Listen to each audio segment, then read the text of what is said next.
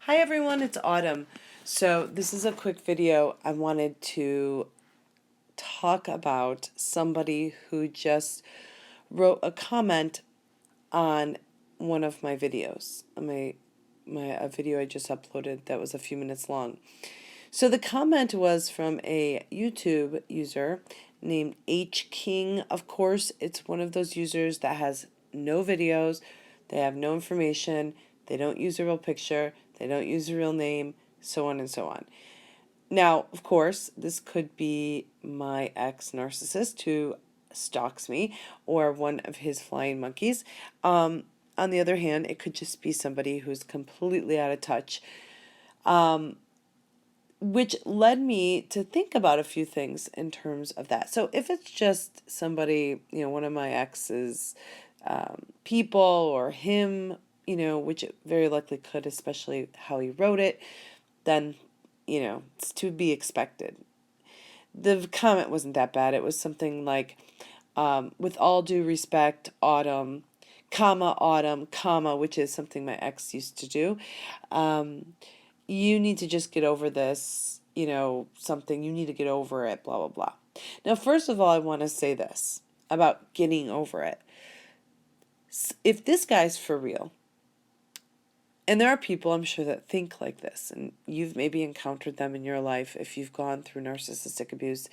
This idea of just getting over it is not how, first of all, emotional abuse works. It's not how our psyche works.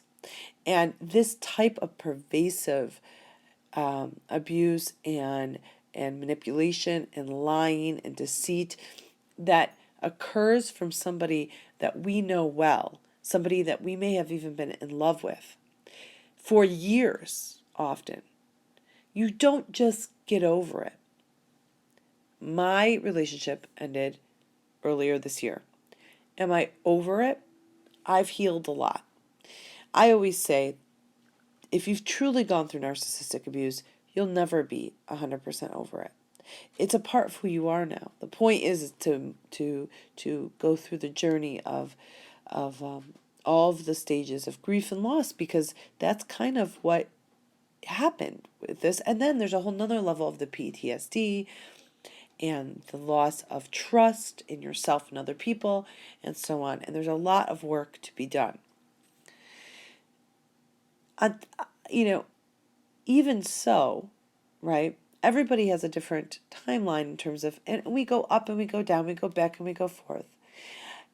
Eventually, we create new reparative experiences and we do move on further and further away from it.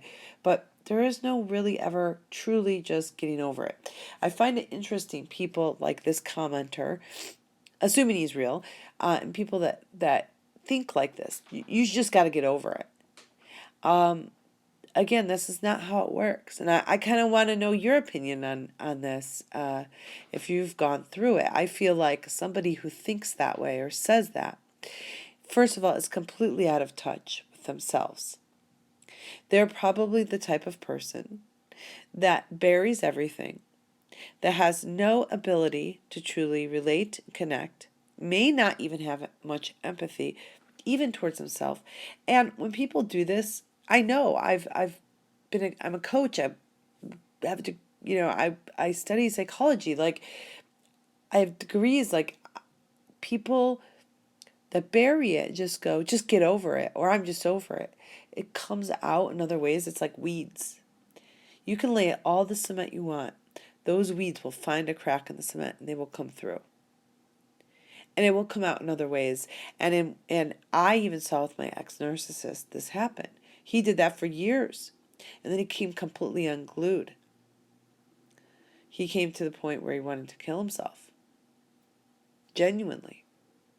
I think sometimes it was a bit of the histrionic borderline part of him to garner attention and to have excuses, but there was a point where he became unhinged.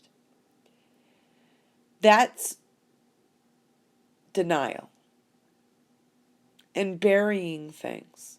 And you go, oh, it's just fine. I'm just fine. Everyone should just be fine. What the hell's your problem? This isn't how the psyche works. It will come out in other ways, in more destructive ways. not only to me is it clear, somebody who says something like that has never been through it. But also, for me, I talk about it a lot. And it seems weird to me that anyone has listened to my videos doesn't understand that I talk about my experience as part of the total pie that I have, the collection of experiences that I've had to help other people. I'm writing a book. I in the process of starting that radio show. I started it and then I'm going back to it. I have coaching clients.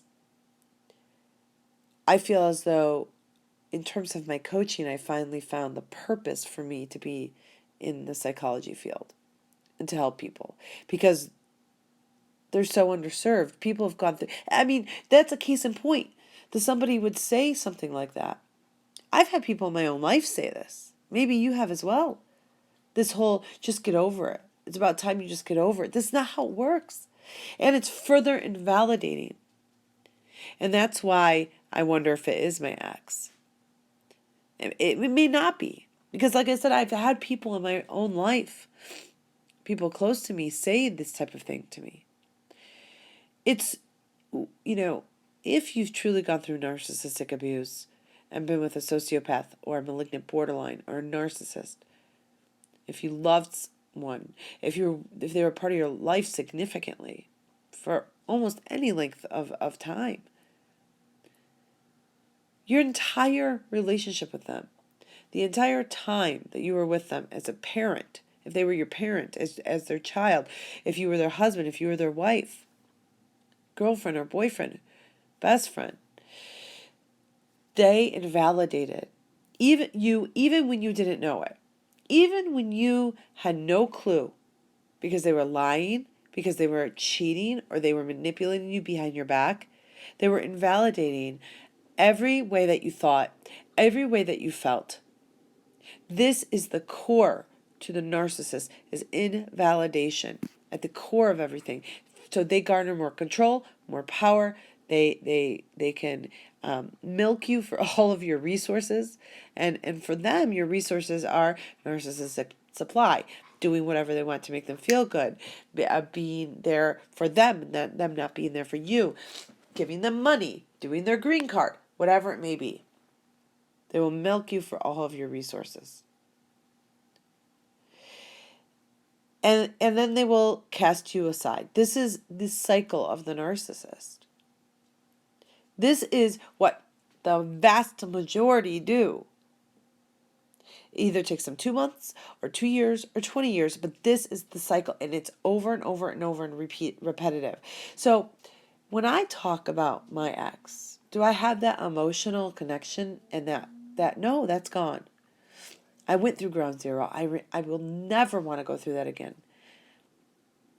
I learned a lot, but it was horrific. But will I ever? No, I will never completely let it go.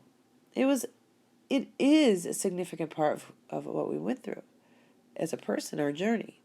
I learned an awful lot from it.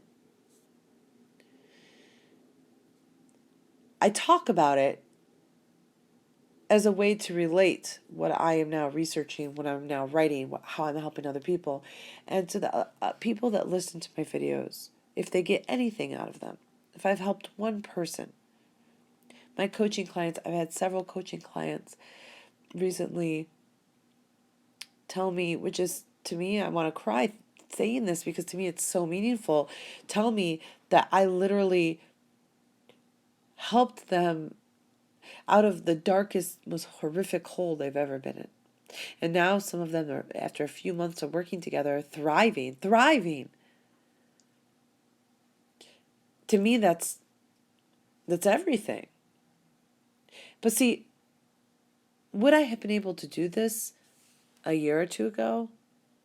No, not in this way. Have I helped other clients through other things? Yeah, I think I have.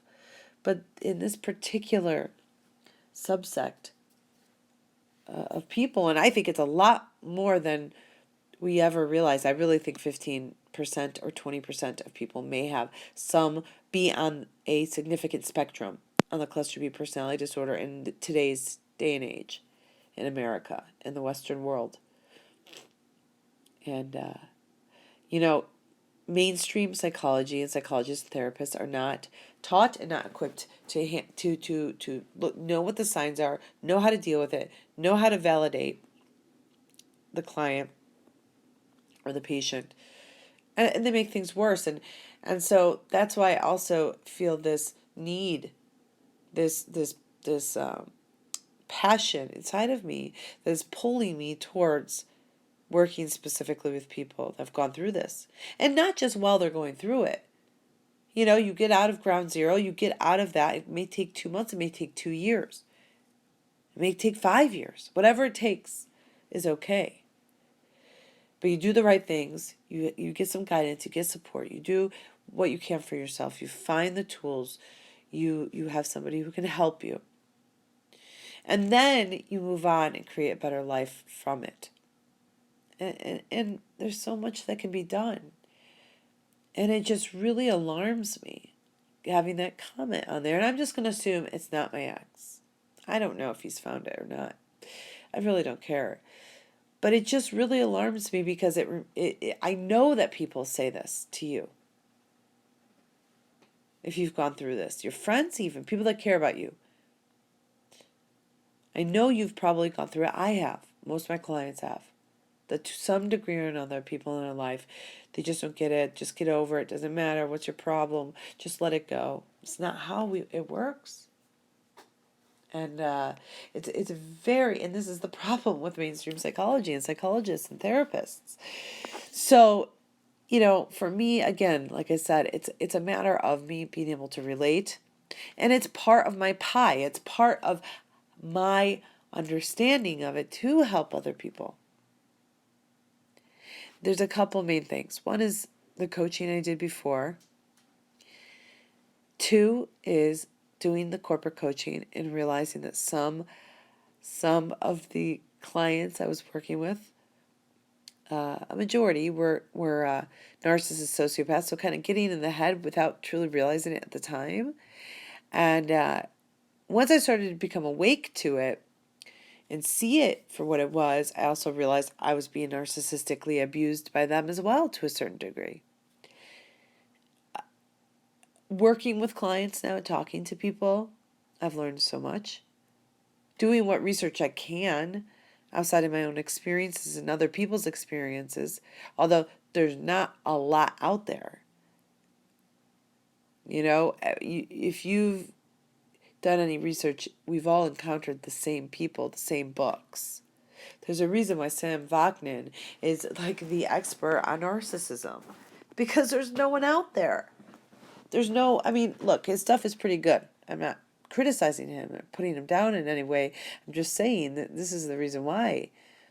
Through YouTube, he's become the expert on it, because there's nothing out there really substantial. There was a book here, a book there. Thomas Sheridan did Labyrinth of a Psychopath, and that was a great book. Again, though, Thomas Sheridan, and nor am I, I have a clinical psychology degree, not research based at all. And Thomas Sheridan is a musician and was in banking and investment. This was he's become more of kind of a philosopher, if you will. So that's where and look, he's smart. He has great ideas. He knows what he's talking about. But these, and even me, there's not that many therapists or psychologists or coaches, because when I was looking for one, I couldn't really find one. There's a couple. Some of them, I feel like they're a little out of touch with the reality of it, but at least they understand the main principles of it. But there's not much out there. So it just absolutely fucking blows my mind that somebody would write that in a comment, that they have no idea whatsoever what narcissistic abuse is then. people that have parents, people who are married to somebody for years. This isn't just something you're just over. When did my relationship end? In April. Look, I went into that relationship in a good place. I was always had an intuition throughout the relationship. It could have been worse. I could have stayed with him longer. I have another video I've been meaning to make that I've been doing notes on. Excuse me. About the idea that, there are many people, and I told a lot of clients this as well, that if you really wanted to get your narcissist back, you could. You could be with them, even after they discard you. But you have to do everything they want. You have to put on, I'm not going to go into details of this, I'll do it in another video, but you have to put the mask on, you have to play by their rules. They will probably take you back, they will stay with you. I mean, that's ridiculous. But I could have stayed longer. There's a lot of things that could have added to it being even harder than it already was, which I can't imagine. Mine was fairly brief but intense. But again, it was my recent past. It's what I'm now feel as though is my focus and my calling in life to help people. For me to talk about it, it's a major part of what I'm doing. It's how I can relate to people. It's how I think I've been successful so far in just the last, 4 or 5 months that I've started to work specifically with people going through narcissistic abuse. Now, like I said before, other clients I've had in the previous years, past, now looking back, I realized I was helping them through it, but I didn't have a name for it.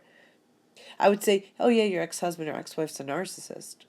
But I didn't put it together. And that's where most of us didn't until that one video or that one article, and it just light bulb went off. And see, this is putting it together, all of us together, aligned with some of the research that's out there with narcissism, cluster B personality disorder, and so on. There's a profile. This isn't just everyone's kind of random and this is my story. My story fits an exact profile of what the majority of people with cluster B personality disorders act like and what their abuse looks like to their spouse or their significant other, the people in their life.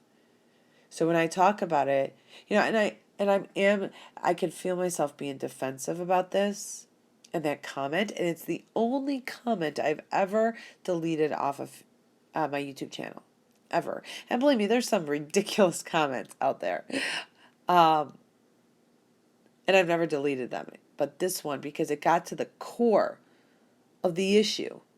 Not for me, but for everybody going through this. Oh my God, it just drives me crazy. Just get over it. I mean, this is why I'm getting people calling and emailing me every single day from my YouTube channel. Because they can't find people. These therapists and counselors are totally useless. And by the way, feel free to contact me if you need help. Because I get it. Because there are people in our lives that do this. You need to not listen to them. It's hard not to. I mean, look at one person commenting. It triggered for me, again, not just for me, but for all of my clients. Like, I literally just had to drop everything I was doing yesterday. And if my client who, I'm not going to use names, but I'm happy to help him. All my clients, when they go through a tough time, I will drop anything. I will move other appointments back. Talk at 2 a.m. even. This is how important it is for me to help and be a coach and not be a therapist where it's 1 hour in my office. No, it has to be bigger than that. Emails throughout the week, being there for if you have a crisis, something comes up.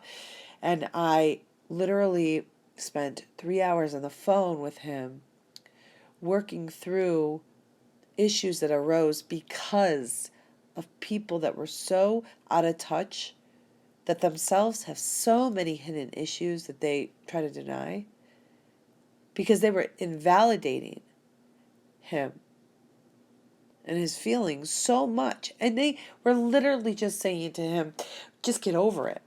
And this was, it builds a conflict in people. Well, what's wrong with me? There is nothing wrong with you. Something wrong with the people saying that.